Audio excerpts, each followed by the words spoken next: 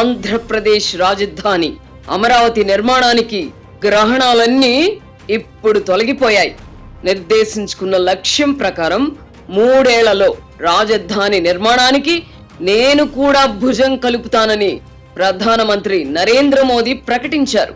అమరావతి కేవలం రాజధాని కాదు, ఒక శక్తి అని, రాజధాని పూర్తయితే రాష్ట్ర జీడిపి ఎక్కడికి వెళుతుందో ఊహించగలనని కూడా ప్రధాని చెప్పారు. ఇదే అమరావతికి ఇదే ప్రధానమంత్రి 10 ఏళ్ల క్రితం శంకుస్థాపన చేశారు. కాలు చేయి కూడ తీసుకొని పనులు ప్రారంభించేసరికి రాష్ట్రంలో ప్రభుత్వం మారి జగన్మోహన్ రెడ్డి అధికారంలోకి వచ్చారు. 3 రాజధానుల పల్లవి అందుకున్నారు. అప్పటి నుంచి అమరావతికి గ్రహణం పట్టింది. ఎక్కడి పనులు అక్కడే నిలిచిపోయాయి. అప్పటికే ఖర్చు చేసిన 10,000 కోట్ల రూపాయల ప్రజాధనం వృధా అయింది. అమరావతిని భ్రమరావతిగా, కమ్మరావతిగా అభివర్ణించారు. వైసీపీకి చెందిన కాలనాగులు రాజధానిపై విషం చిమ్మాయి. ఫలితంగా ఆంధ్రుల కలల రాజధాని శ్మశానంగా మారింది. రేపటి కోసం చంద్రబాబు కలలుగన్న అమరావతి ఉసురు తీయాలనుకున్నారు. అమరావతి తమది కాదన్న భావనను ఒక వర్గం ప్రజలలో నూరిపోశారు. ఇది గతం. అమరావతి చంద్రబాబుది కాదు, లోకేష్ది కాదు, ఆ సామాజిక వర్గానిది కాదు. రేపటి కోసం నిర్మితం కాబోతున్న నగరం అది. రేపటి తరం ఆ ఫలితాలను అందుకుంటుంది. ఇప్పుడు చంద్రబాబు నేతృత్వంలో కూటమి ప్రభుత్వం అధికారంలోకి వచ్చింది. అమరావతి పనులు పునః ప్రారంభమయ్యాయి. 3 ఏళ్లలో పనులు పూర్తి చేయాలని లక్ష్యంగా పెట్టుకున్నారు. రాజధాని పనులు వేగంగా గడువులోపు పూర్తవడానికి తన వంతు సహాయ సహకారాలు అందిస్తానని ప్రధాని మోదీ హామీ ఇచ్చారు. ఇదొక శుభ పరిణామం. ఎందుకంటే అటు కేంద్రంలో ఇటు రాష్ట్రంలో ఏర్పడిన ప్రభుత్వాలు 2029 వరకు అధికారంలో ఉంటాయి. నిర్దేశించుకున్న లక్ష్యం ప్రకారం పనులు జరిగితే ఆలోపే రాజధాని నిర్మాణం పూర్తవుతుంది. ఆ తర్వాత ఎవరు అధికారంలో ఉన్నప్పటికీ రాజధానిని కదిలించలేరు.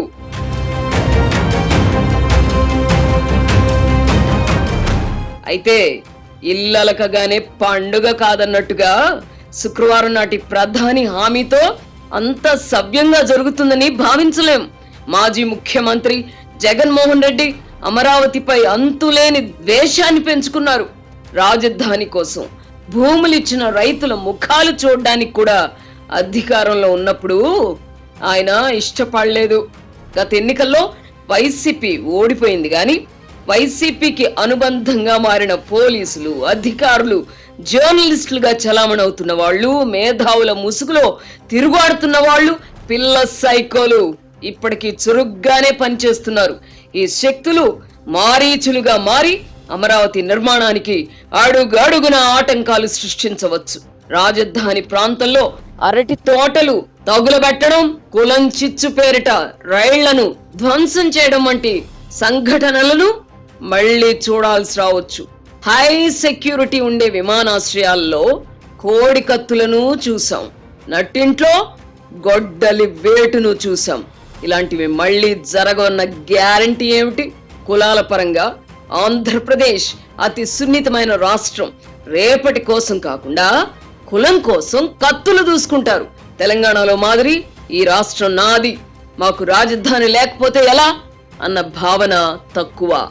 ఈ కారణంగానే ప్రతిపక్షంలో ఉన్నప్పుడు అమరావతి కొందరిదే అన్న భావనను ఒక వర్గం ప్రజల్లో బలంగా వ్యాపింపజేయడంలో జగన్మోహన్ రెడ్డి సక్సెస్ అయ్యారు. ఇప్పుడు అతను మళ్ళీ ప్రతిపక్షంలో ఉన్నారు. శాసనసభలో సంఖ్యాపరంగా జగన్ బలహీనంగా ఉన్నప్పటికీ కుల మత అభిమానంతో పాటు రాజశేఖర్ రెడ్డి కుమారుడు అన్న అభిమానం కలగలిపి మొత్తం మీద 40% ప్రజలు ఇప్పటికీ తనకు అండగా ఉన్నారు. ఈ నేపథ్యంలో చంద్రబాబు ప్రభుత్వం అమరావతి నిర్మాణం పూర్తయ్యే వరకు మరింత అప్రమత్తంగా వ్యవహరించాలి. ఎంత మంచి పంట వేసినా దానికి చీడపీడలు పట్టకుండా జాగ్రత్తలు తీసుకోవాలి. కలుపు మొక్కలను ఏరి పారేయాలి. అప్పుడే పంట చేతికొస్తుంది. ప్రధాని ఊహించినట్టుగా రాష్ట్ర జీడిపి అమాంతం పెరగాలంటే అమరావతి నిర్మాణం ఆటంకాలు లేకుండా సకాలంలో పూర్తి కావాలి. ఈ క్రమంలో రాహు కేతువులను అణచివేయాలి. మన చుట్టూ ఉన్న ఆర్థిక ఉగ్రవాదులు, సైకోలను కట్టడి చేయాలి. జగన్మోహన్ రెడ్డి సంప్రదాయ రాజకీయాలను నమ్ముకోరు. ఈ కారణంగా ఎవ్వరూ ఊహించని మార్గాల నుంచి రాజధాని నిర్మాణానికి ఆటంకాలు ఎదురుకావచ్చు.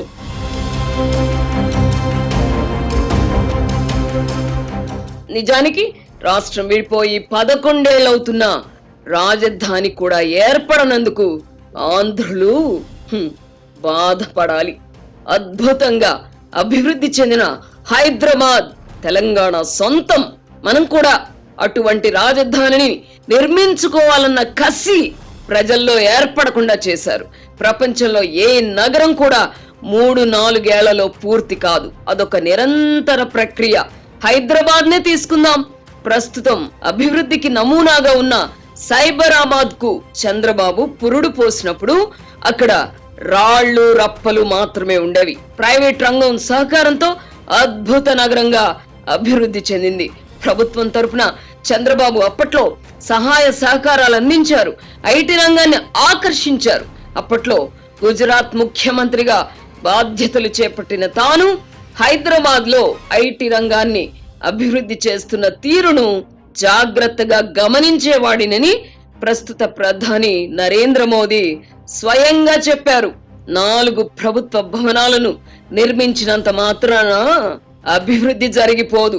ప్రైవేట్ పెట్టుబడులను ఆకర్షించడానికై మౌలిక వసతులను మాత్రమే ఏ ప్రభుత్వమైనా సమకూరుస్తుంది. భారతదేశంలో బెంగళూరు, హైదరాబాద్ మాత్రమే ఐటీకి కేర్ ఆఫ్ గా అభివృద్ధి చెందాయంటే కృష్ణ, చంద్రబాబు పోటీ పడ్డం వల్లనే. అప్పట్లో కర్ణాటక, ఉమ్మడి ఆంధ్రప్రదేశ్ ముఖ్యమంత్రులుగా ఉన్న వీరిరువురు ఐటీని అభివృద్ధి చేయడంలో పోటీ పడ్డారు. అప్పటికే ఐటీ రంగంలో బెంగళూరు ముందంజలో ఉంది. హైదరాబాద్ మత కలహాలకు కేర్ ఆఫ్ గా ఉండేది. ఆ పరిస్థితుల్లో హైదరాబాద్ లో నిరుపయోగంగా ఉన్న ప్రభుత్వ భూములను దిగ్గజ ఐటీ కంపెనీలకు కేటాయించడం ద్వారా చంద్రబాబు ఆయా కంపెనీలను ఆకర్షించారు.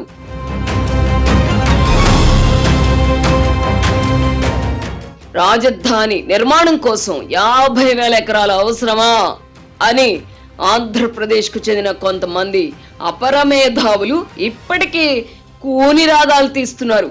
ఇలాంటి వాళ్ళు హైదరాబాద్ అభివృద్ధి ఎలా జరిగిందో తెలుసుకోవాలి. ప్రైవేట్ సంస్థలకు కేటాయించడానికి అవసరమైన భూమి ప్రభుత్వం వద్ద ఉన్నప్పుడే ఏ కంపెనీ అయినా ముందుకు రావడానికి ఆసక్తి చూపుతుంది. హైదరాబాద్ లో ఇప్పటికీ ప్రభుత్వం వద్ద కొన్ని వేల ఎకరాల భూమి ఉంది.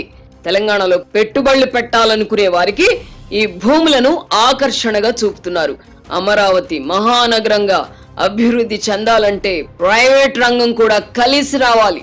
ప్రధానమంత్రి శుక్రవారం నాడు ప్రారంభించిన పనులతోనే రాజధాని నిర్మాణం సంపూర్ణం కాదు.